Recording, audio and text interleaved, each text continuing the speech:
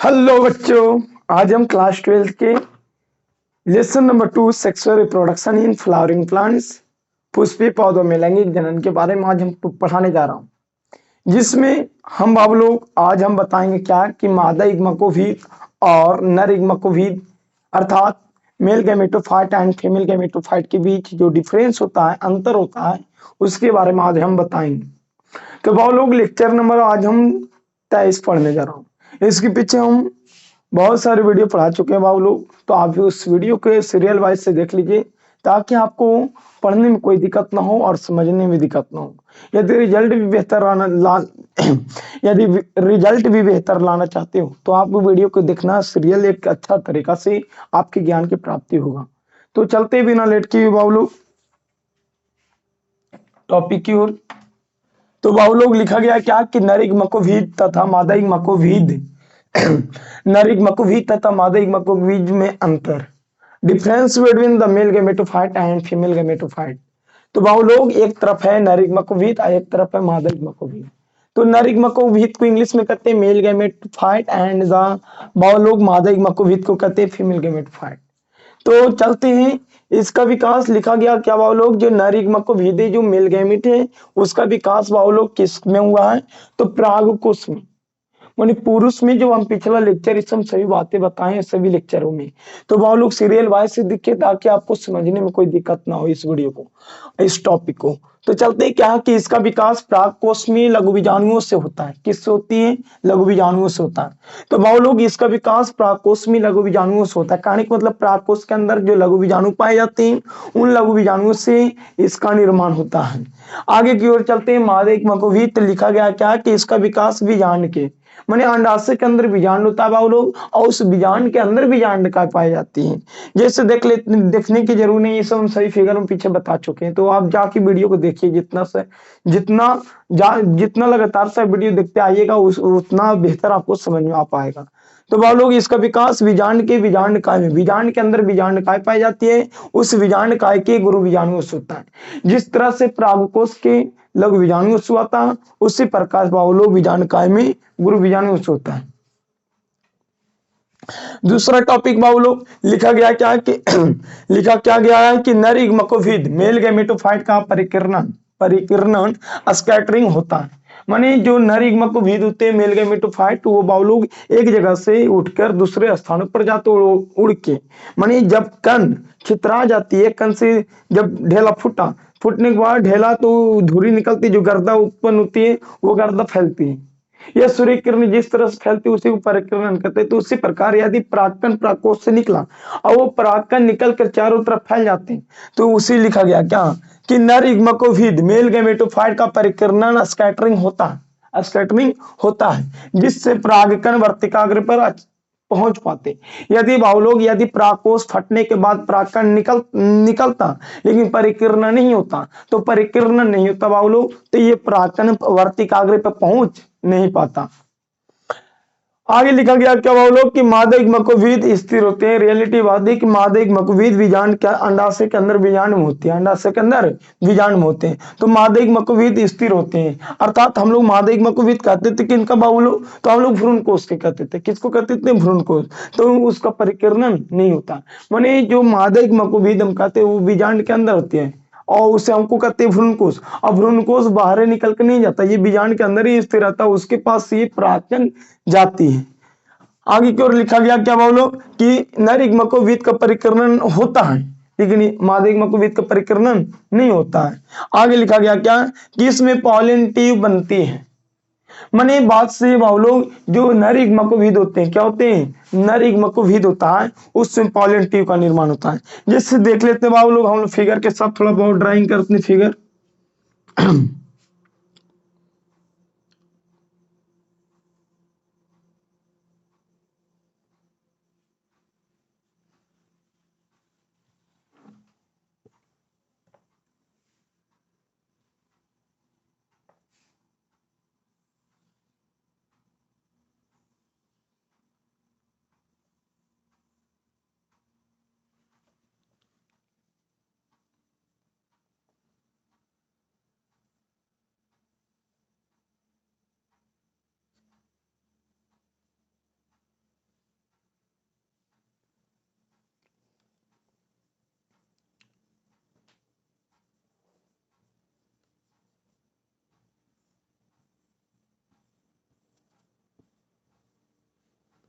देखना हमको, देखना क्या, हाँ बाबू लोग देखो, ये हम जानते हैं क्या, स्त्री माने फीमेल के organ, female parts organ flower में जो होती है फीमेल, वो उसका अंग का नाम है ये।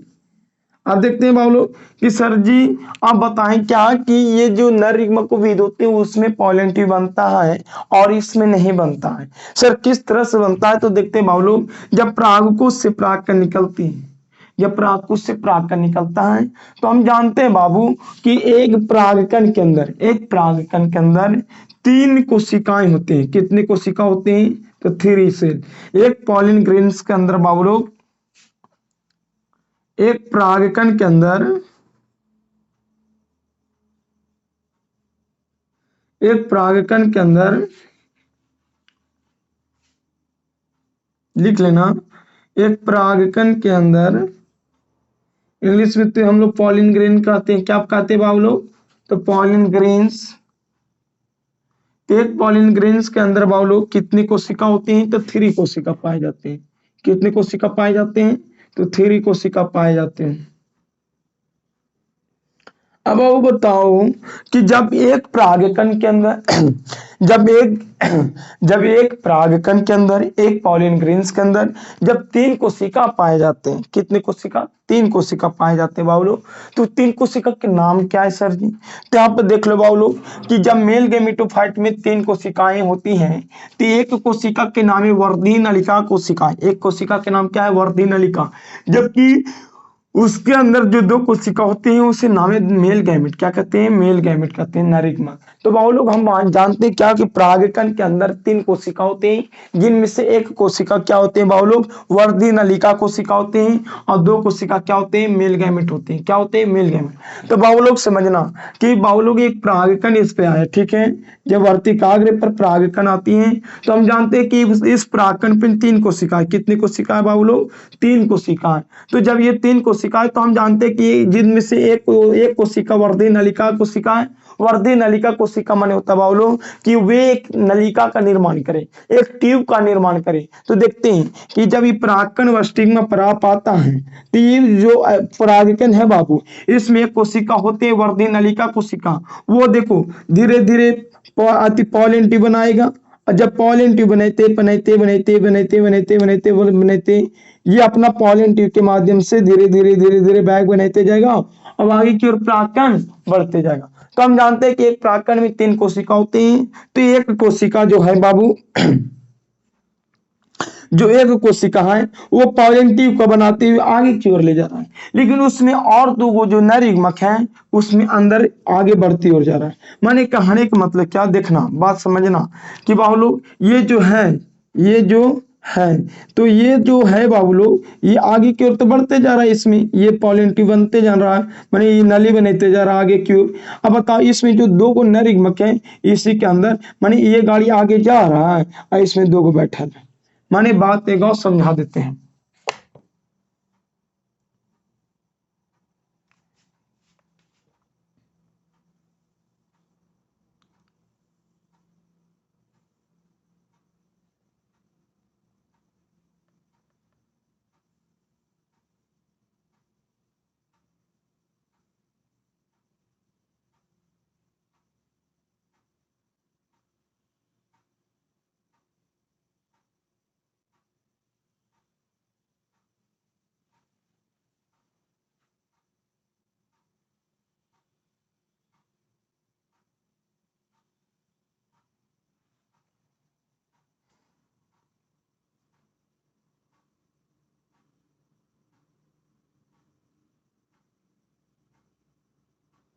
देखो बात समझना कि बाबू जब ये होता है, जब ये पॉलिन ट्यूब बनाता है, नली बनाता है, तो ये जो नली बनाया बाबू, ये नली क्या करती है, ये नली करता है क्या, देखना समझना, ये तो अंडाशय है,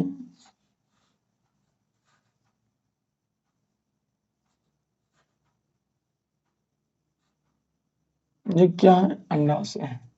अब बताओ कि जब ये पॉलिन ट्यूब आता है तो ये पॉलिन ट्यूब आकर बीजांड के अंदर प्रवेश करेगा। किसके अंदर प्रवेश करेगा, बीजांड। तो इसमें जो ये पॉलिन ट्यूब बना दिया, और इसमें दो नरिग्मक आगे की ओर बढ़ते जाएगा, दो आगे नरिग्मक आगे की ओर बढ़ते जाएगा और बीजांड के अंदर प्रवेश करेगा। तो ये दो नरिग्मक आगे की ओर अपने अपना बढ़ते जा रहा है, देखो दो जोड़ा बढ़ते जा रहा है कि नहीं, दो यहाँ था फिर यहाँ गया फिर यहाँ। तो भाव लोग कहने का मतलब क्या हमको है कि इसमें जो तीन कोशिका होती है, एक परागकण के अंदर कितनी कोशिका होती है, तीन कोशिका होती है, जिनमें से एक वर्धी नलिका कोशिका पॉलिन ट्यूब बनाया। तो क्वेश्चन पूछेगा कि सर पॉलिन ट्यूब कौन कोशिका बनाती है, तो वर्धी नलिका कोशिका बनाता है। कौन बनाता है, वर्धी नलिका कोशिका। जबकि जो दो नरिग्मक है उसमें बैठे हुए रहते हैं, आगे की ओर बढ़ते जाते हैं। जैसा ही ट्यूब बनते जाता है वो आगे की ओर पीछे से दोनों चलते जाता है, माने जैसा ही आगे की ओर नली बनाते जाता है तो उसके पीछे पीछे ये दोनों नरिग्मक आगे बढ़ते रहता है। आगे की ओर देखते हैं लोग कि इसमें पॉलिन ट्यूब नहीं बनता। आपको बात अब समझ में आ गया होगा कि सर जी इसमें पराग नलिका बनती है, इसी के देखो परागकण के अंदर ही पॉलिन ट्यूब बना, परागकण के अंदर ही पॉलिन ट्यूब बना और उसके अंदर तीन कोशिका था, जिनमें से एक नली बनाते गया और दो जो नरिग्मक है वो पीछे से आगे की ओर बढ़ते गए। बात समझ में आया। सर जी परागकण के अंदर तीन कोशिका है, एक कोशिका है जो नली बनाते गया, परागकण परागकण जो मानी परागकण जैसे ही गिरा इस पे, तो जैसे ही परागकण गिरा तो ये पॉलिन ट्यूब बनाते गया और उसके पीछे से परागकण दो नरिग्मक बढ़ते गया। तो कहने का मतलब क्या कि परागकण है बाबू, क्या ये परागकण है, और जैसा ही परागकण गिरा वैसा ही ये पॉलिन ट्यूब बनते गया, बढ़ते गया नली बनते गया और इसके अंदर बाबू नरिग्मक आगे की ओर दोनों जो बढ़ते गया, इसे बढ़ते गया। समझ में आया बात को, हाँ समझ में आ गया होगा। तो ये नरिग्मक बाबू बढ़ते जाता है। तो एक वर्धी नलिका कोशिका तथा दो नरिग्मक होता है। इसमें देखते हैं बाबू लोग कि इसमें पॉलिन ट्यूब तो नहीं बना, तो लिखा गया क्या कि फीमेल गैमेट 7 कोशिका होती है। बात बाबू बराबर है कि मादक मकविद 7 कोशिका होते हैं। कितने कोशिका होते हैं, 7 कोशिका होते हैं। कोई कितनी कोशिका होते हैं बाबू, 7 कोशिका होते हैं। तो लिखा गया है क्या कि मादक मकविद 7 कोशिका होती हैं, जिनमें से 3 एंटीपोडल सेल होती हैं और 2 बाबू लोग साइनर्जिड माने सहायक कोशिकाएं होती हैं और एक अंड सेल होती है।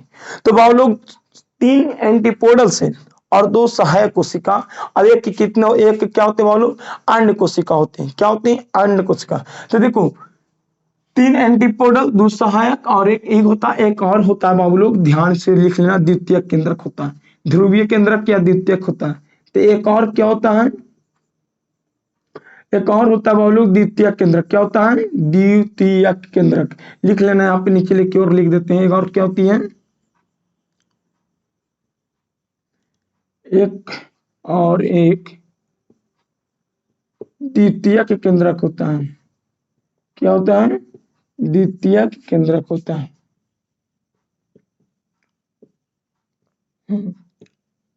देखो बाबू माने एक द्वितीय केंद्रक होता है, देखो 2 सहायक कोशिका और एक अंड, देखो 3 एंटीपोडल सेल होते हैं और 2 सहायक कोशिका और एक अंड कोशिका होते हैं और इसमें एक द्वितीय केंद्रक किया।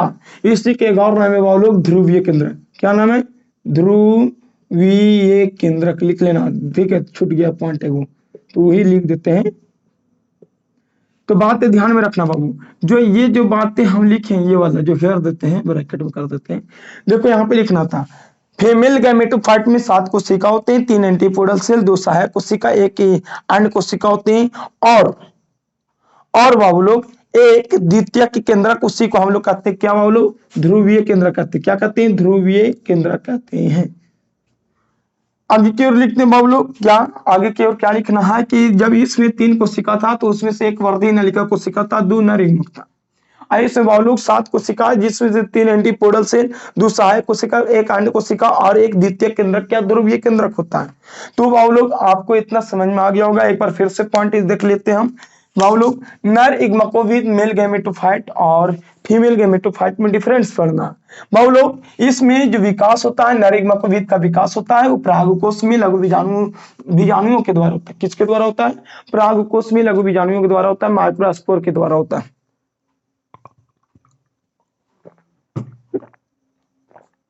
इसमें होता है क्या कि इनका विकास जो होते हैं बीजांड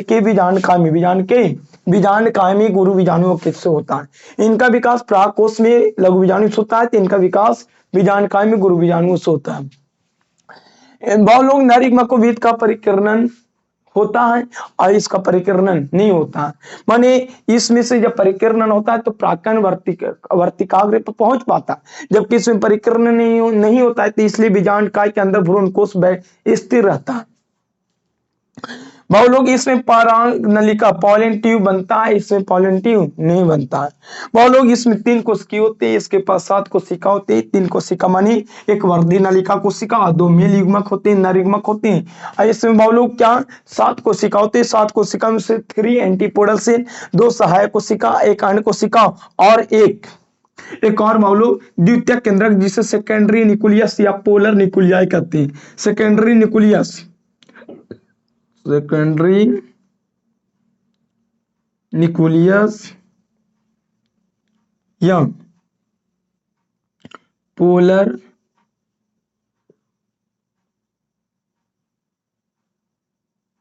न्यूक्लियाई।